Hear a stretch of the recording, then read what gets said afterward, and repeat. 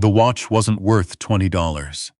Everyone in that room knew it, and yet the lawyer placed it on the table like it was the only thing that mattered.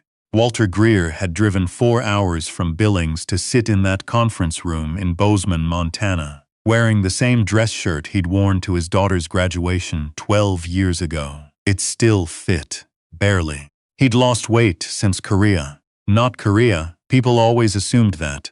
Since Fallujah, since the second tour, since the thing that happened outside Ramadi that he didn't talk about with anyone. Not even his doctor, not even his dog. The dog was waiting in the truck, a 7-year-old black lab named Cooper, who had pressed his nose against the rear window the entire drive and fogged it completely. Walter had cracked the window 2 inches and told him to behave.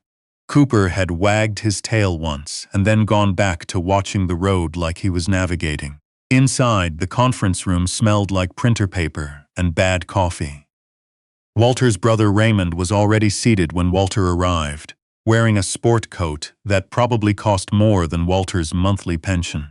Raymond's wife Diane sat beside him, her hands folded on the table, her expression the kind of careful neutral that meant she had already decided something and was waiting for everyone else to catch up. Their father had died 3 weeks earlier. Harold Greer, 79 years old, cattle rancher, veteran of Vietnam. A man who said fewer words per day than most people said in an hour, but meant every single one of them. He had died quietly, in the house he'd built with his own hands outside Billings, with Cooper lying at the foot of his bed because Walter had brought the dog to visit, and Cooper had refused to leave the old man's side. The hospice nurse said it wasn't unusual. Walter thought it was exactly unusual. He thought it was the most Harold thing that had ever happened. The lawyer's name was Mercer. He was young, maybe 35, with wire-rimmed glasses, and the practiced stillness of someone who had delivered bad news enough times to stop being surprised by people's reactions. He opened a folder. He cleared his throat. He read the will. Raymond received the ranch. 412 acres, the cattle, the equipment, the mineral rights, the water rights. The house Walter had spent summers in as a boy, the barn where he'd learned to drive a tractor at age 9. Raymond received all of it. Walter received his father's watch, a Timex. 1974, the kind you wound by hand. The crystal was scratched. The leather band had been replaced twice. Walter had seen that watch on his father's wrist every single day of his childhood and had never once thought about what it was worth. Raymond didn't laugh. He was too careful for that. But Diane made a sound, quiet and brief, the kind of sound that isn't technically a laugh, but functions exactly like one. And Raymond leaned back in his chair and said, "Well, that's that, I suppose." Walter picked up the watch. He didn't say anything. He had learned a long time ago, in places far worse than a conference room in Bozeman, that the moments when you most want to speak are usually the moments when silence does more. He drove back to the truck. Cooper was sitting up straight in the back seat, the parking lot with the focused attention of a dog who had decided the parking lot was his responsibility. When Walter opened the door, Cooper pressed his forehead against Walter's arm and stayed there. "Yeah," Walter said. "Me too." He drove home. He put the watch on his kitchen table and looked at it for a long time. Then he wound it. The mechanism caught, turned, held. The second hand began to move. Walter had a small house outside Billings. He had bought it with a combination of savings, a VA loan, and 11 months of eating sandwiches for dinner. It sat on 2 acres of dry Montana grass with a creek in the back that froze from November to March and ran clear and cold the rest of the year. It was nothing like the ranch. He had stopped letting himself compare the two things about 4 years ago, when it became clear that Harold intended to leave the land to Raymond, and that nothing Walter said or did would change that. He had made his peace with it. Or he had told himself he had. The watch kept running. That surprised him a little. He'd expected it to stop. 3 days after the reading, his phone rang. It was Mercer, the lawyer. "Mr. Greer," Mercer said, "I need you to come back to Bozeman. There's something I should have told you in the meeting. Something your father asked me to wait on." Walter didn't ask questions on the phone. He'd learned that from the army too. You go where you're told, and you find out what you need to find out when you get there. He went back to Bozeman. Cooper came with him. Mercer met them in the same conference room, but this time Raymond wasn't there. This time Mercer had a second folder, thicker than the first, with a rubber band around it, and Walter's name written on the outside in his father's handwriting. Harold's handwriting had always looked like it was fighting the pen. "Your father came to me 14 months ago," Mercer said. "He asked me to prepare 2 separate documents. The first was the will you heard last week. The second was this." He pushed the folder across the table. Walter opened it. It took him a moment to understand what he was reading. Then it took him another moment to accept that he was reading it correctly. Then he sat back in his chair and looked at the ceiling for a while. His father had owned a second property, not adjacent to the ranch, not in Montana at all. A parcel of land in Wyoming outside Sheridan that Harold had purchased in 1987 under a separate LLC that Raymond had never known existed. The LLC held the land. The land held something else. Walter read the geological surveys. He read the extraction estimates. He read the letters from 3 separate energy companies that had been trying to acquire the parcel since 2019. The most recent offer dated 8 months ago.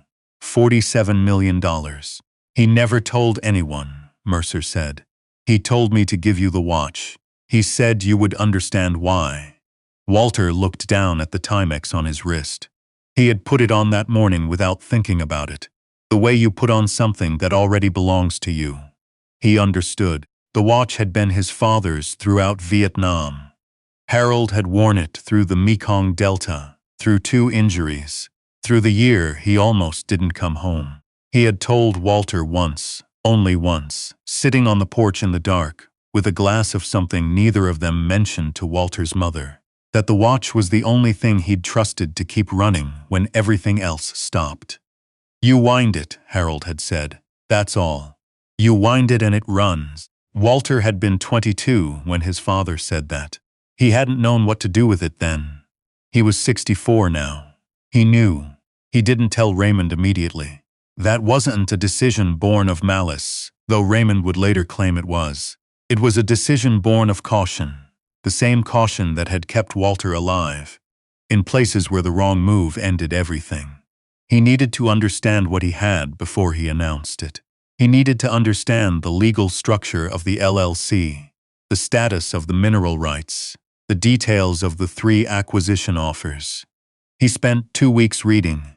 Cooper sat beside him every evening while he worked through documents at the kitchen table, occasionally placing his chin on Walter's knee to check in. Walter would scratch behind the dog's ears without looking up, and Cooper would sigh and settle back down on the floor. Raymond found out on a Tuesday. Walter didn't know how. A clerk at the county office, maybe, or someone who'd seen a name on a filing. But Raymond called at 7 in the morning, before Walter had finished his first cup of coffee, and the tone of Raymond's voice in the first 5 seconds told Walter everything about what kind of conversation this was going to be. "You knew," Raymond said.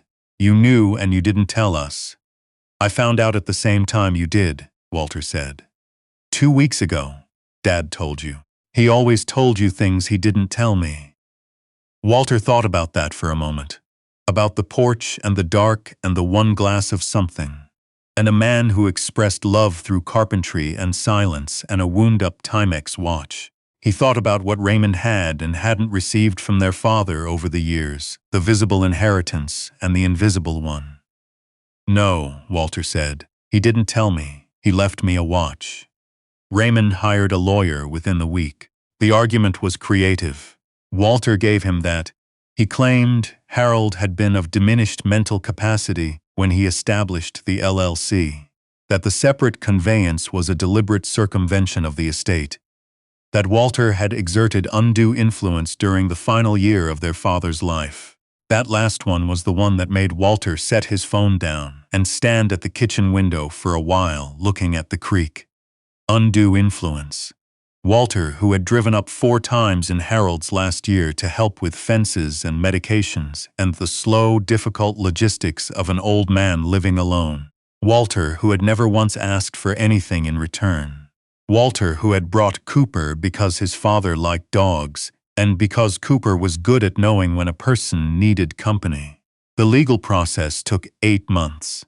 Walter is not going to pretend those 8 months were easy. There were days when the stack of documents on his kitchen table seemed to grow regardless of how much he read.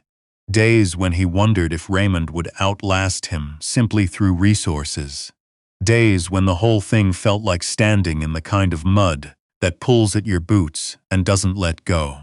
Cooper got him through it, not metaphorically, practically. The dog woke him up every morning at 6:15 by placing one paw on the edge of the bed and waiting.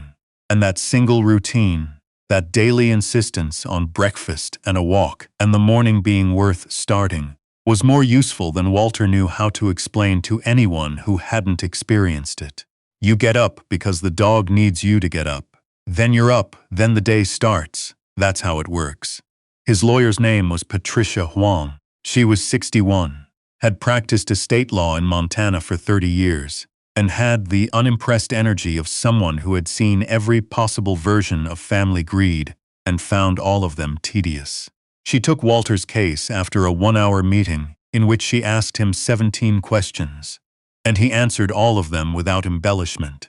And at the end of the hour, she said, "Your father was meticulous. This is going to be fine." She said it the way Walter's sergeant in Fallujah had sometimes said things, not to comfort, but because she had assessed the situation and reached a conclusion. She was right. The LLC had been established cleanly, 14 years before Harold's death, with no connection to the primary estate. The geological surveys had been commissioned independently. Every document was dated, notarized, filed correctly. Harold Greer had spent 14 years quietly, carefully making sure that what he wanted to happen would happen, and that no one could undo it. He had wound the mechanism and trusted it to run. The judge dismissed Raymond's case in March. Patricia called Walter at 8 in the morning to tell him. Walter was outside with Cooper when the call came, standing by the creek, watching the ice break up along the edges, the way it did every year around that time. The current moving again after months of stillness. "It's done," Patricia said. "Congratulations, Mr. Greer." Walter thanked her. He put the phone in his pocket. Cooper was standing in the grass about 10 feet away, watching a magpie on the fence with profound professional interest, and Walter called his name. And Cooper turned and came to him, and Walter crouched down in the wet March grass and held the dog's head in both hands and didn't say anything for a while. He sold the Wyoming parcel 6 weeks later, not to the highest bidder. To the company that had been willing to discuss a conservation easement on the eastern portion of the land, a strip of wetland along a tributary that Harold had apparently known about and wanted protected. The price was $43 million. Walter considered that a reasonable trade. He didn't buy a house in Bozeman or a condo in Scottsdale or a boat or any of the things that Walter suspected Raymond had assumed he would do, because Raymond had always measured Harold's love in acreage, and Raymond assumed everyone did. What Walter did was buy 220 acres outside Billings, not far from where he grew up. The land had an old house on it that needed work, and a barn that needed more work, and a lot of open ground that needed intention. He spent 4 months designing it. He had help from a woman named Joan, who had run housing programs for veterans in Missoula for 15 years, and knew more about what people coming home from war actually needed than any government document Walter had ever read. Joan was direct and funny, and she arrived at their first meeting with a legal pad full of notes and a coffee thermos she never offered to share, which Walter respected enormously. The Greer Ranch. He kept the name because it was his name too, something Raymond had forgotten in his confidence. Opened on a Saturday in September. 12 cabins, each one built for 2, spread across the property, with enough distance between them for privacy, and enough proximity to each other, for the kind of quiet community that people who've been through hard things sometimes need more than they can say. A main house with a kitchen and common space, a medical suite, a workshop, a stable with 4 horses and the standing invitation of the land around them. The first residents arrived in groups of 2 and 3 over the following weeks. Men and women Walter's age and younger, some of them coming from VA programs. Some referred by organizations Joan had worked with. Some who had simply heard about it. The way people hear about things in small communities where word travels through the people rather than the channels. They came, and they stayed, and in the mornings Walter could see them from his porch, walking the property, sitting by the creek, working in the workshop, with the focused attention of people who have been given something they stopped expecting. Cooper adapted to the new population with the serene confidence of a dog who has always understood his purpose. He attached himself to different people on different days, with a judgment that Walter could not have explained and did not try to. He would simply appear beside someone who looked like they were having a hard morning, and he would stay there, and whatever he knew how to give, he gave. There was a ceremony 3 months after opening. Walter hadn't planned it, not exactly. Joan had suggested something simple, and simple had turned into 40 people standing in an open field on a cold November afternoon, with the mountains in the distance, and the grass brown and the sky, the specific shade of blue that only happens in Montana in November, when the air has that particular quality of clarity. Walter said a few words. He was not a man who gave speeches, and he didn't give one. He said that his father had been a veteran and a rancher, and a man of almost no words, and that Harold had left him something that looked like nothing, and turned out to be everything, and that the only thing he knew to do with it was make it into something his father would have recognized as worth the trouble. Then he took the Timex off his wrist and held it for a moment. He put it in his jacket pocket, not framed, not displayed. In his pocket, where it would keep running as long as he remembered to wind it each morning, where it had always been, doing the one thing it had always been asked to do. Cooper pressed against his leg in the cold, the way he did, and Walter put his hand on the dog's back, and looked out at the people in the field, and the land around them, and the mountains beyond that, and for the first time in a long time, he felt the specific weight of something that wasn't loss. The weight of a thing that had finally become what it was always meant to be.